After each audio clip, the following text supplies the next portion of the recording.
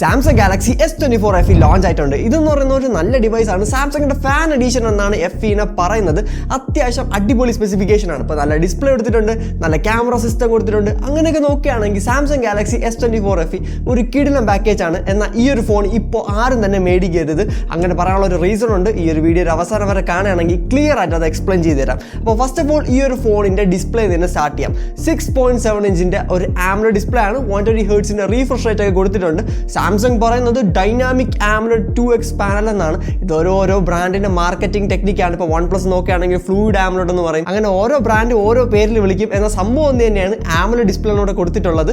അത്യാവശ്യം നല്ല പാനലാണ്, അവിടെയൊന്നും ഇഷ്യൂസ് വരത്തില്ല. എന്നാൽ ബെസൽസ് നല്ല രീതിയിലുണ്ട്. കഴിഞ്ഞ വർഷത്തെ S23 FE നോക്കുകയാണെങ്കിൽ അവിടെയും അത്യാവശ്യം ബെസൽസ് ഉണ്ടായിരുന്നു. ഇവിടെ നോക്കുകയാണെങ്കിൽ വീണ്ടും ബെസൽസ് ഒക്കെ കുറച്ചിട്ടുണ്ട്. എന്നാൽ ബെസൽസ് തീരെ ഇല്ലെന്നൊന്നും പറയാൻ പറ്റത്തില്ല. അത്യാവശ്യം കനമുള്ള ബെസൽസ് ആണ്. ഫോർ എക്സാമ്പിൾ ഇതാണ് S24 FE ഫ്രണ്ട് ലുക്ക് എന്ന് പറയുന്നത്. ഇതാണ് 20,000 രൂപയുടെ പോക്കോ X6 Pro എന്ന് പറയുന്നത്. രണ്ടിന്റെ ബെസൽസ് ഒന്ന് കമ്പയർ ചെയ്ത് നോക്കിയാൽ നമുക്ക് മനസ്സിലാവും. പോക്കോന്റെ ബെസൽസ് വളരെ കുറവാണ്, സാംസങ്ങിന്റെ ബെസൽസ് അത്യാവശ്യം ഉണ്ട്. അതും ഇതൊട്ടും തന്നെ ചീപ്പ് ഫോണല്ല. ഒരു 30,000 രൂപയാണെങ്കിൽ വീണ്ടും പറയായിരുന്നു ഇത് അത്ര പ്രൈസ് കുറഞ്ഞൊരു ഫോണല്ല, നല്ല എക്സ്പെൻസീവ് ആണ്. ഇതിന്റെ ഒരു പ്രൈസ് വെച്ച് നോക്കുകയാണെങ്കിൽ അത്യാവശ്യം നല്ല എക്സ്പെൻസീവ് ആണ്. നല്ല ഡിസ്പ്ലേ ഇവിടെ എന്തായാലും കൊടുക്കാമായിരുന്നു. പിന്നെ ഡിസ്പ്ലേയുടെ ക്വാളിറ്റിയിലൊന്നും വേറെ ഇഷ്യൂസ് വരത്തില്ല. നല്ല പാനലാണ് ഇവിടെ യൂസ് ചെയ്തിട്ടുള്ളത്. സാംസങ് ആയതുകൊണ്ട് അതൊന്നും എടുത്തു പറയേണ്ട ഒരു ആവശ്യമില്ല. ക്വാളിറ്റി ഒക്കെ ടോപ്പ് നോച്ച് ആയിരിക്കും ഡിസ്പ്ലേയുടെ പെർഫോമൻസ് ബേസ്. പിന്നെ ബിൽഡ് ഒക്കെ പറയുകയാണെങ്കിൽ ഇവിടെ മെറ്റൽ ഫ്രെയിം ആണ് കൊടുത്തിട്ടുള്ളത്. അലുമിനിയം ഫ്രെയിം ആണ്. ബാക്ക് നോക്കുകയാണെങ്കിലും ഗ്ലാസ് ആണ്. ഗ്ലാസ് മാറ്റ് ഫിനിഷ് ഒന്നുമല്ല കൊടുത്തിരിക്കുന്നത്. നമ്മൾ നോർമൽ S24ഉം S24 പ്ലസും S24 അൾട്ര ഒക്കെ നോക്കുകയാണെങ്കിൽ അവിടെ നമുക്ക് മാറ്റ് ഫിനിഷ് ഉള്ള ഗ്ലാസ് കിട്ടും ബാക്കിൽ.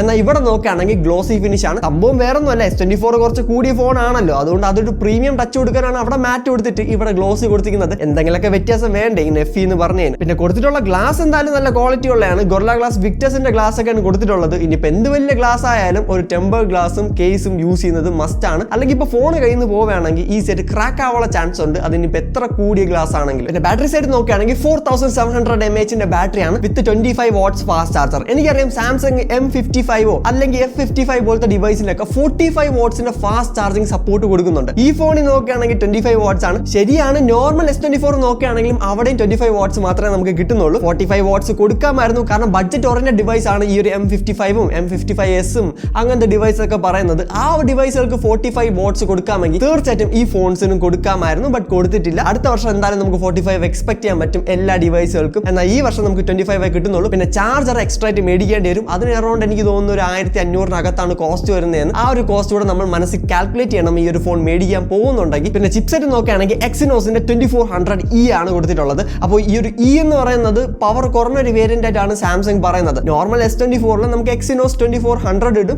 S24 FE നോക്കുകയാണെങ്കിൽ നമുക്ക് Exynos 2400E കിട്ടും. അപ്പോൾ കുറച്ച് ക്ലോക്ക് സ്പീഡിന്റെ ഡിഫറൻസും അങ്ങനെയുള്ള ചെറിയ ചേഞ്ചസേ ഉള്ളൂ. ഈ വർഷത്തെ സാംസങ്ങിന്റെ Exynos ചിപ്സെറ്റ് നോക്കുകയാണെങ്കിൽ ഫാർ ബെറ്റർ ഒപ്റ്റിമൈസ്ഡ് ആണ്. അതായത് വലിയ രീതിയിലുള്ള ഹീറ്റിംഗ് ഇല്ല, അതുപോലെ തന്നെയാണ് ഭയങ്കരമായിട്ടുള്ള ത്രോട്ടലിങ്ങോ അങ്ങനത്തെ ഇഷ്യൂസ് ഒന്നും ഫേസ് ചെയ്യാണ്ട് വരത്തില്ല. എങ്കിലും ഞാൻ പറയാണ്, ഈ ഒരു ഫോണിന്റെ പ്രൈസ് പോയിന്റ് വെച്ച് നോക്കുകയാണെങ്കിൽ ഇതൊരു ഗെയിമിംഗ് ഫോൺ അല്ല.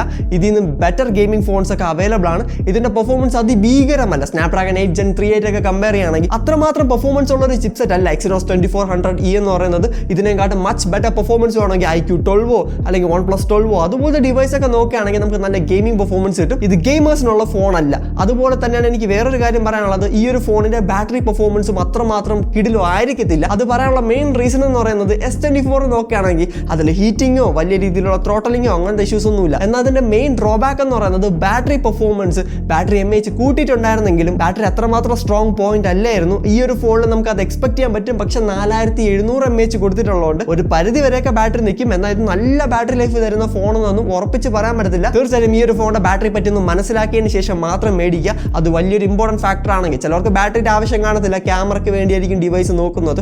അങ്ങനെയുള്ളവർക്ക് നല്ലൊരു ഡിവൈസ് ആണ്. പക്ഷേ ബാറ്ററി പെർഫോമൻസ് വേണം, എനിക്ക് കുറേ നേരത്തേക്ക് ഈ ഒരു ഫോൺ യൂസ് ചെയ്യേണ്ട ആവശ്യമുണ്ട്, അങ്ങനെയൊക്കെ നോക്കുന്നവർ ഈ ഒരു ഫോണിന്റെ പ്രോപ്പർ ബാറ്ററി ടെസ്റ്റ് വീഡിയോസ് കിട്ടും. അതായത് കുറച്ച് ദിവസം കൂടെ ഒന്ന് വെയിറ്റ് ചെയ്ത് കഴിഞ്ഞാൽ പല ആൾക്കാരും ഇത് മേടിച്ച് യൂസ് ചെയ്തിട്ട് അവർ എക്സ്പീരിയൻസ് ഷെയർ ചെയ്യും. അതൊക്കെ ഒന്ന് കണ്ടു നോക്കിയിട്ട് ഈ ഒരു ഫോൺ പർച്ചേസ് ചെയ്യുക. അപ്പോൾ എനിക്ക് ഇതിൽ മെയിൻ ആയിട്ട് പറയാനുള്ളത് ഇതിന്റെ ക്യാമറ പെർഫോമൻസ് ആണ്. ഈ പ്രൈസ് പോയിന്റിന് നല്ല ക്യാമറ പെർഫോമൻസ് ഓഫർ ചെയ്യും. അതായത് 50 മെഗാപിക്സലിന്റെ മെയിൻ സെൻസർ കിട്ടുന്നുണ്ട്, ഒരു 8 മെഗാപിക്സലിന്റെ ടെലിഫോട്ടോ കിട്ടുന്നുണ്ട്, 12 മെഗാപിക്സലിന്റെ അൾട്രാ വൈഡും കിട്ടുന്നുണ്ട്. ബാക്കിൽ 50 മെഗാപിക്സൽ യൂസ് ചെയ്ത് നമുക്ക് 8K 30 FPS വീഡിയോ റെക്കോർഡ് ചെയ്യാൻ പറ്റും. ഒരു 8K ഒരു ഗിമിക് ആണെങ്കിലും 4K 60 ഒക്കെ നമുക്ക് ഈസിയായിട്ട് റെക്കോർഡ് ചെയ്യാൻ പറ്റും. ഫ്രണ്ട് ക്യാമറ 10 മെഗാപിക്സൽ ആണ്, അവിടെയും 4K വീഡിയോ റെക്കോർഡിംഗ് സപ്പോർട്ട് കൊടുത്തിട്ടുണ്ട്. വളരെ നല്ല കാര്യം. ഈ ഒരു ഫോണിന്റെ ക്യാമറ ഓവറോൾ എനിക്ക് പറയാനാണെങ്കിൽ അടിപൊളി ക്യാമറ പെർഫോമൻസ് ആണ് ഈ ഒരു പ്രൈസ് പോയിന്റിന് തരുന്നത്. ഇനിയിപ്പം പല ആൾക്കാരും വിചാരിക്കും ഇതിൽ 10 മെഗാ പിക്സൽ അല്ലേ ഉള്ളൂ, അല്ലെങ്കിൽ ഇത്രയും മെഗാ പിക്സൽ കുറവല്ലേ എന്നൊക്കെ വിചാരിക്കും. അങ്ങനെ എന്തെങ്കിലും ഡൗട്ട് ഉണ്ടെങ്കിൽ ഇതാ ഈ ഒരു വീഡിയോ ചെക്കൗട്ട് ചെയ്ത് നോക്കാം. ഇതിൽ ഫോണിന്റെ ബാറ്ററി, ക്യാമറ, അങ്ങനെ എല്ലാ ഡീറ്റെയിൽസും ഞാൻ എക്സ്പ്ലെയിൻ ചെയ്ത് തരുന്നുണ്ട്. അപ്പോൾ ചെക്കൗട്ട് ചെയ്ത് നോക്കാം. പിന്നെ ഒരു കാര്യം എനിക്ക് പറയാനുള്ളത്, ഈ ഫോണിന്റെ ക്യാമറ പെർഫോമൻസ് അടിപൊളി തന്നെയാണ്. നമ്മുടെ ഈ ഒരു ചാനലിനെ പോലെ തീർച്ചയായും ചാനൽ സബ്സ്ക്രൈബ് ചെയ്യുക, പിന്നെ സപ്പോർട്ട് ചെയ്യുക. സോഫ്റ്റ്വെയറിനെ പറ്റി പറഞ്ഞപ്പോഴാണ് അത്യാവശ്യം നല്ല രീതിയിലുള്ള സോഫ്റ്റ്വെയർ സപ്പോർട്ടും കാര്യങ്ങളൊക്കെ സാംസങ് ഓഫർ ചെയ്യുന്നുണ്ട്. അവിടെയൊന്നും വേറെ ഇഷ്യൂസ് ഇല്ല. ഇപ്പോൾ One UI 7 വരാൻ പോകുന്നുണ്ട്. അതിന്റെ അപ്ഡേറ്റ് ഒക്കെ ഈ ഒരു ഫോണിന് പെട്ടെന്ന് തന്നെ കിട്ടും. അപ്പോൾ ഇത്രയും പറഞ്ഞത് വെച്ച് നിങ്ങൾക്ക് ഒരു കാര്യം മനസ്സിലായി കാണും, ഇത് വളരെ നല്ലൊരു ഡിവൈസ് ആണ്. എന്നാൽ ഈ ഫോൺ ആരും തന്നെ മേടിക്കരുത്. അങ്ങനെ പറയാനുള്ള ഒരു മെയിൻ റീസൺ എന്ന് പറയുന്നത് ഇതിന്റെ പ്രൈസിംഗ് ആണ്. ഇതിന്റെ പ്രൈസിംഗ് നോക്കുകയാണെങ്കിൽ ബേസ് വേരിയന്റ് വരുന്നത് നമുക്ക് 60,000 രൂപയാണ്. കറക്റ്റ് പറഞ്ഞു കഴിഞ്ഞാൽ 59,999 റുപ്പീസ് ആണ്. ആ ഒരു പൈസയ്ക്ക് നമുക്ക് S24 മേടിക്കാൻ പറ്റും. അപ്പോൾ S24 നമുക്ക് ഓഫർ ടൈമിന് ഈ ഒരു പ്രൈസ് റേഞ്ചിൽ കിട്ടുന്നതാണ്. എന്തുകൊണ്ടും S24 മേടിക്കുന്നതാണ് ബെറ്റർ ഓപ്ഷൻ എന്ന് പറയുന്നത് ഈ ഒരു ഫോണിനെയും കാട്ടും. ഈ ഫോൺ ഇപ്പോൾ മേടിക്കുന്നത് വളരെ വലിയൊരു മണ്ടത്തരമാണ്.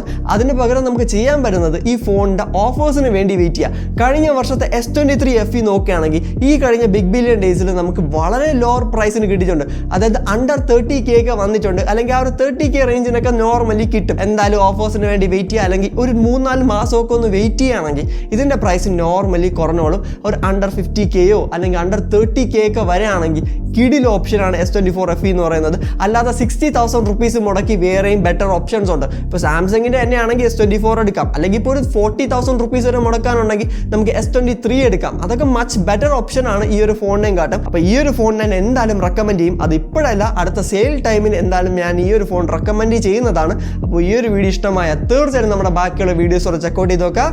This is Phone Mos. അടുത്ത വീഡിയോ കാണാം. Good by.